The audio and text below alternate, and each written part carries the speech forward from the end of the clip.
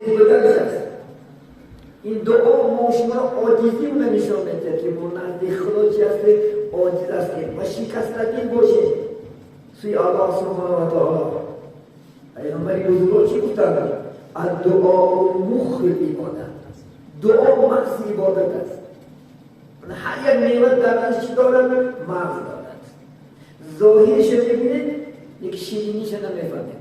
کدام وقتی که مغز انشاءالله خدا خواهد میچشیم و شیرین بودن همون میوه برای شما چی میشود؟ آشکار میشود. همین عبادت میکنی در آخرش اگر دعا کنی الحمدلله چیکار میکنی؟ باید شیرینی خدا خواهد عبادت رو بفهمی. مغز عبادت انشاءالله خدا خواهد در میکنی. دعا مخ عبادت. در وقتی دعا الله سبحانه و تعالی برای ما شما چنان نزدیک میشود که از رگ جون موندم الله برای ما شما نزدیک است. چنان نزدیک است به خدا بابا. الحمدلله. برای چی انشاءالله خدا خواهد پرابلم دارید؟ چی پرابلم است؟ همه پرابلم تا سوی الله.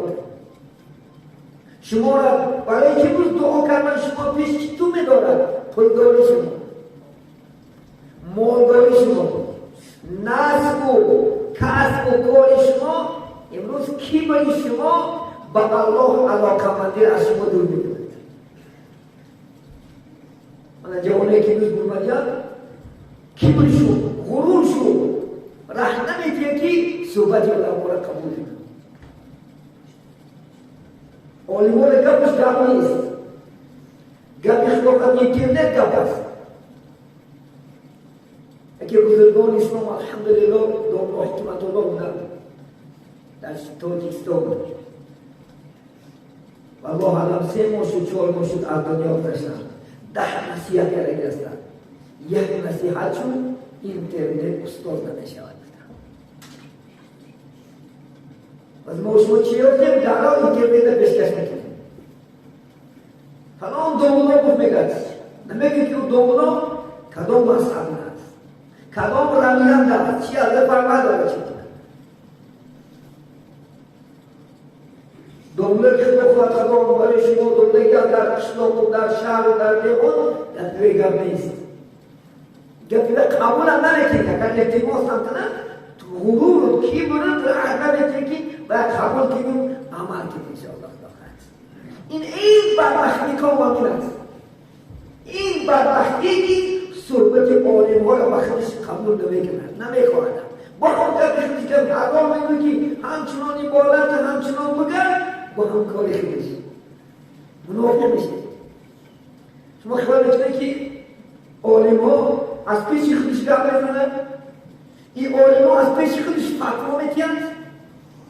اگر از پیش خودش فتوا دید به روز قیامت الله سبحانه و تعالی محکمه سودش نه 7 متر زبانش میکشد. نه خیال میکنی که این سخنهایی که عالم ها میکنند و پیشوا میکنند این خدا خود به اساس است؟ خدا خواهد گفت این میترسیدگی بنده هم این عالم ها است. لولا العلماء لسر الناس کالبهائم. اگر گفت حسن بصری این عالمان نباشد آدم ها حیوان نمیگردند. اگر این حلال و حرام و نیک و ثواب و گناه برای شما بیان نکنند، مبارزه نبرد، این امر و معروف نهی منکر نباشد، خدا نگه دارد که خواهر یخت بزنی میگیری. خدا نگه دارد که حلال و حرام فحش نمیره. این هم عالم هست که الحمدلله هر روز مبارزه میبرند. هر روز برای شما میگن ثواب و گناه و نیک و بعد میشینی بخیر میگی میشینی شما اگر قبول میکنی خدا خواهد انشاءالله وای برامد وای انشاءالله خدا خواهد اون که دشمنی داشته باشه خدا خواهد وای برامد. اگر روز قیامت شما محکمه سودی میره ولی همه یک انشاءالله ولی میریم ما هم میریم شما هم میریم ولی محکمه سوده میکشد. امروز پرداری غرور و دنیاست، منصبت، مال، جاه مستد نمیمونه که بخواه نرمیشه اگر پیش الله نبند نمیدید کچور که حق گوه که ناحقه که ثوابه که باطله انشاءالله نزدی الله معلوم میشه. من وقتم شد از عزیزان من خیلی کبروره خیلی منیاتا پرده انشاءالله. یعنی امام اعظم رحمت الله علیه بینه 4000 تا استاد داشت. تو به استاد انشاءالله دار براستی من لیس له شیء فشیء الشیطان. کسی که استاد نداره استاد شیطان داره. اما حضرت به حضرتی 4000 استاد داشت. نزد 4000 پیر کامل علم گرفت. الله علم با درجه بدن رسول بشه. هیچی نخونده امروز فتوا داده بشه درجه. این فتوا دادن کاری همه نیست. از خدا تپس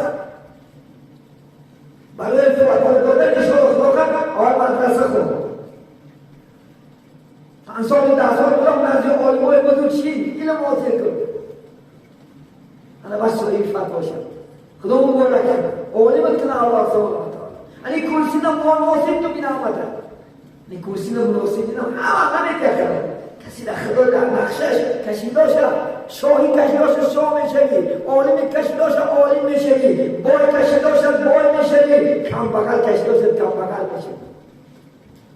این الله سبحانه و تعالی ما شما را نگه دارد. جوانای عزیز بیایید بخیر بیایید انشاءالله خدا کنه. بیایید حق قبول کننده باشید.